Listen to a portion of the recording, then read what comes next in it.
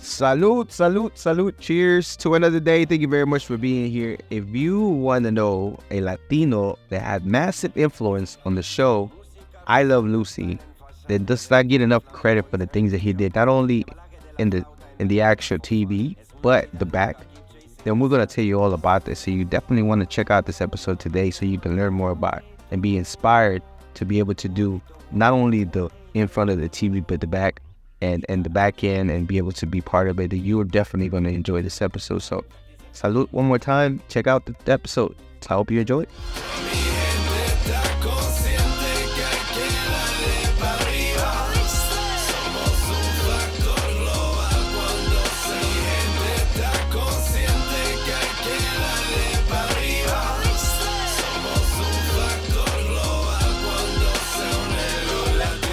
Welcome you and all to another episode of the Global Latin Factor podcast, where we talk about Latino everything. Thank you very much for being here. As I mentioned before, of all the options, billions of options, you chose to be here. So go ahead and subscribe to the channel, hit the notification bell, give us a like, leave us a comment about this episode because you're gonna find it very interesting of what we're gonna talk about today. A Latino that does not get enough credit as far as television goes, and I'm going to tell you all about that in this episode. Welcome again. Subscribe. Thank you very much. Desiderio Alberto Arnaz y de Acha III, a.k.a. Desi Arnaz, was much more than just a conga drum beatline band member, band leader. Ricky Ricardo of the iconic TV show I Love Lucy. Hello.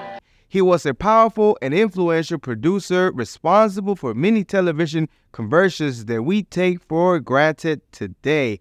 Born on March 2nd in 1917 in Santiago, Cuba, Desi Arnaz has a fascinating journey that led him right here to become a household name that many of you have heard before if you know about the I Love Lucy show. I don't know if you know this, but he was a Latino, and back in the days, black and white TV that you would not imagine. Not to mention in real life, Lucy and Desi were actually married. So not only was he part of the show, but they were actually married. Desi Arnaz and Lucille Ball had a complicated marriage. They had a marriage that took place on November 30th in 1940, but their relationship was often not the best. Ball filed for divorce in 1944 due to Arnaz's alleged infidelity and struggles with alcohol. However, she reconciled with him. The divorce was finalized after that, but together, however, they had two children, Lucy Arnaz, born in 1951, and Desi Arnaz Jr., born in 1953. Arnaz's personal life was not without controversy. Hollywood producer and prostitute Scotty Bauer claimed on his memoir that he arranged encounters between Arnaz and prostitutes, which Arnaz paid even higher fees. That led to a very controversial and confrontation between Ball and Bauer, during which Ball, Lucy, slapped him, accused him of pimping out her husband. Now, Arnaz's marriage with Ball faced challenges, as I mentioned earlier, due to his alcoholism, gambling issues, and infidelity. This pressure, combined with their demanding careers of being actors, contributed to their eventual divorce in 1960. Despite their separation, Ball and Arnaz maintained a business relationship through their production company, Desi Lu Productions. Can you imagine why it's Desi Lu Productions? Can you think of the reason why? Why? Now, a lot of people said that the reason why Desi acted up, it was because it was a little bit jealous of Lucy because she was getting all the spotlight. Now, those are just rumors. I don't know if that is the truth. However, he acted out a lot about alcoholism and, infidelity, different things like that happen in Hollywood. I guess we all read all about it. We don't know exactly what happens, but there's a lot of articles and a lot of YouTube videos that you might see and find this information as well. In the 1970s, Desi Arnaz appeared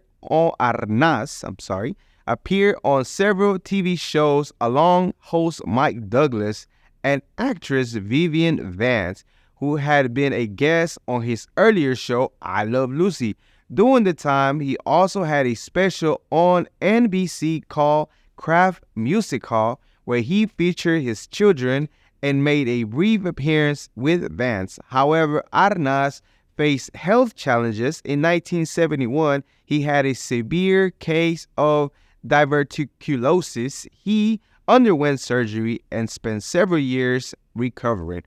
After his recovery, Arnaz worked on with Universal Studios for 2 years, but eventually the development deal he was working on fell through.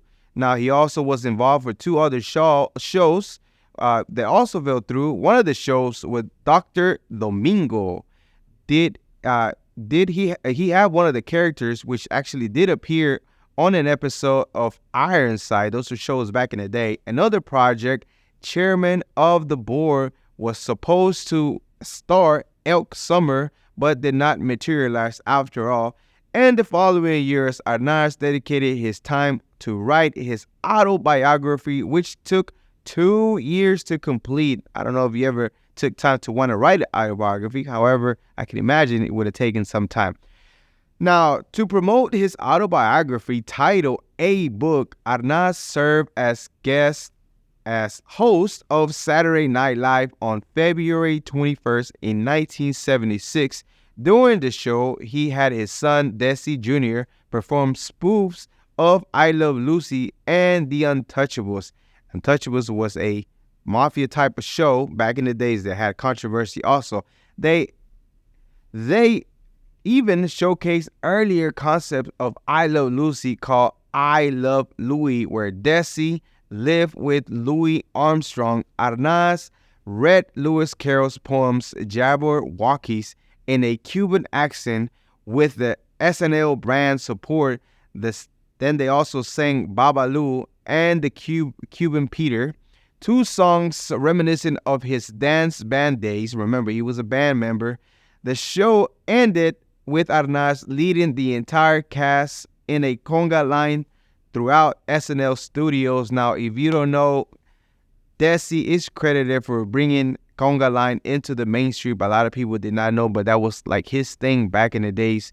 He is one of the first Latinos, one of the first individuals to be spotlighted in the conga. Now, if you have different information, let me know in the comments. Let me know if that's not accurate or when was the first portrayed, but he was credited to being one of the first ones to ever bring it.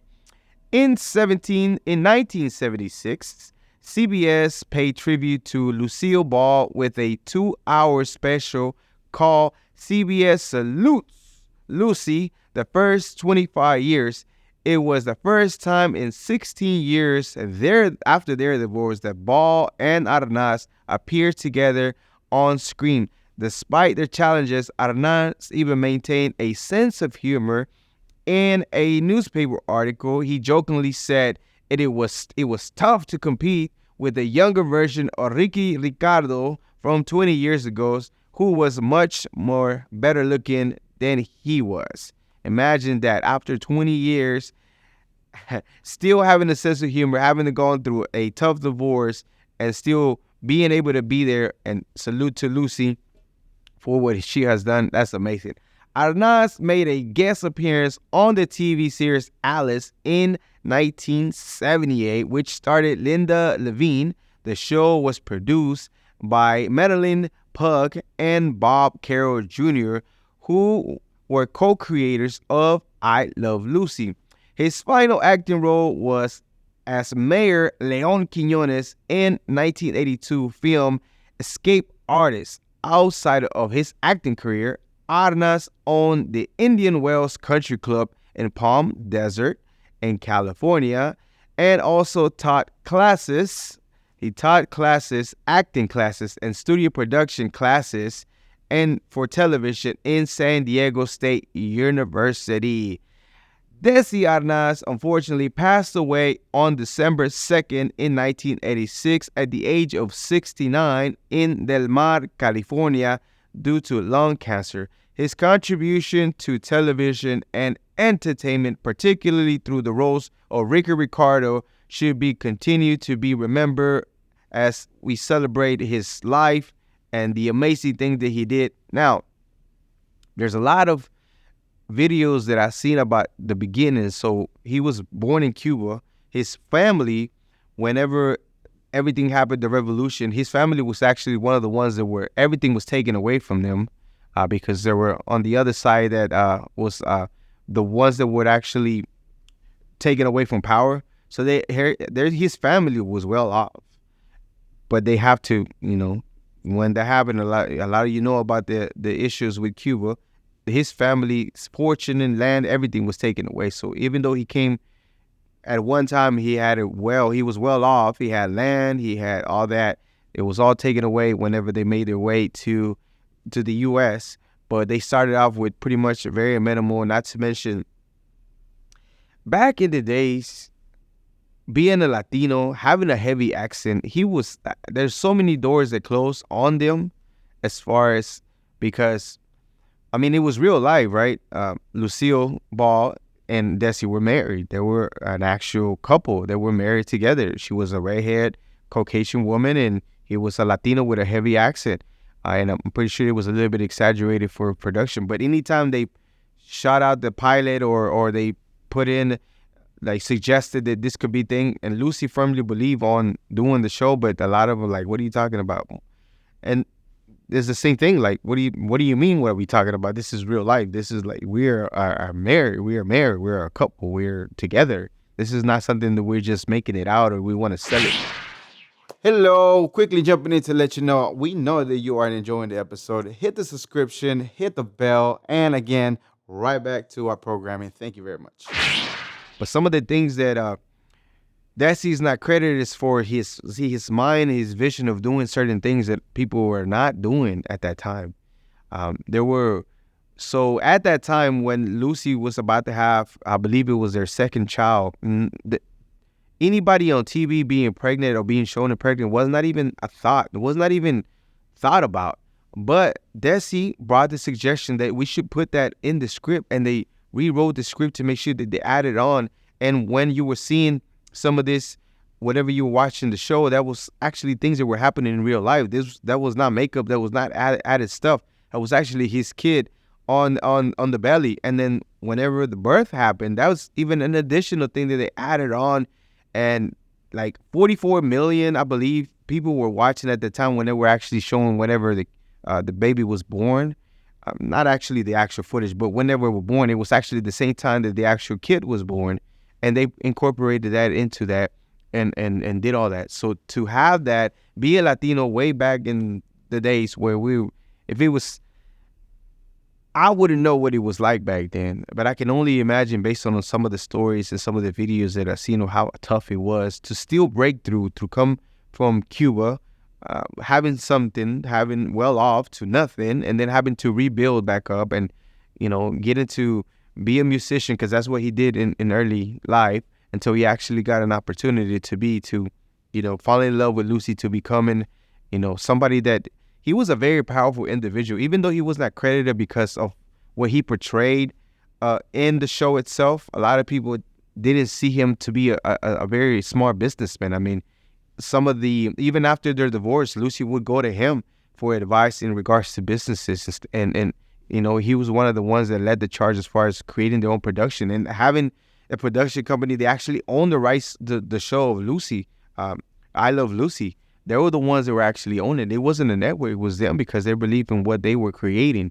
And that to me was incredibly wow when I found out that the fact that he's not even given credit for the things that he was behind the scenes, not only what he was doing in front and giving us an image to look into that, I guess, yes, a little bit of over the top, a little bit of, maybe you can say, stereotype and type, but at the end of the day, it was an individual that we can look and it'll be like, hey, he's kind of like a Latino, is kind of us, a little bit like us, he was a handsome man, he was Latino, maybe he didn't, some of the real life stuff, maybe, a lot of us go through some some demons that we have to battle. But at the end of the day, the business mind, the business set, the things that he incorporated that never done before to bring it into the things that now everybody sees as normal. It's crazy that he's not credited for the things that he did behind the scenes. Not only what he did in front of the camera, but behind the scenes, and continue to do and just being a businessman, owning some of the things that he did at the end. So that's crazy. And having a book, all those business mind things that he had that he wasn't credited. I think it was important to talk about this individual, to give him his spotlight of the contributions in TV that we get to enjoy now, and some of the things that even with the battling of racial, whatever it was back in the days, I'm pretty sure they would know more because I didn't live through those times, and still coming through and creating an amazing show, something that is iconic, the I Love Lucy show. Come on, who doesn't know? The individual, Desi, Ricardo, who doesn't know, or who hasn't even maybe seen a little bit of it. So to be able to cover this individual and know what he went through, and without a doubt, I'm pretty sure that the show gets to be watched all over the world. Desi is definitely a global Latin factor, so I'm glad that we're able to cover in the global Latin factor way. Thank you very much for watching another episode of the Global Latin Factor podcast. I cannot stress it enough. We appreciate that you are here. We really, truly do appreciate that we are here. We are reaching real close to reaching 1,000 subscribers, and we really hope that you are enjoying the content. If you are, so share with somebody that you like, enjoy, love, want to share the content. Share it with an individual. Give us a like, leave us a comment, even if it's a thumbs up or a fire emoji, a prayer emoji, wherever the emoji might be. We don't have to say much. We appreciate that very much because that helps the algorithm, as everybody knows.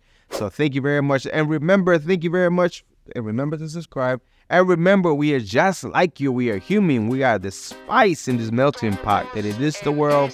Till next time. Bye. Thank you very much for checking out another episode of the Global Latin Factor podcast. Remember to subscribe, hit the bell. It means a lot to us. You don't understand how much you are appreciated whenever you do that. It helps us so much. And we are quickly moving on different platforms of the Latino community so we can bring you a lot more important content about Latinos. And it's all thanks to you. Thank you very much. What is the la Vigo? Walks like a pero but in fact is a flamingo. Coming to Havana and reach from Puerto Rico. On a pirate ship, you don't know where do we go. The birds of the jungle chasing fortune and fame, but Juan is flamingo is not walking the same. Balaje de la flauta and banana.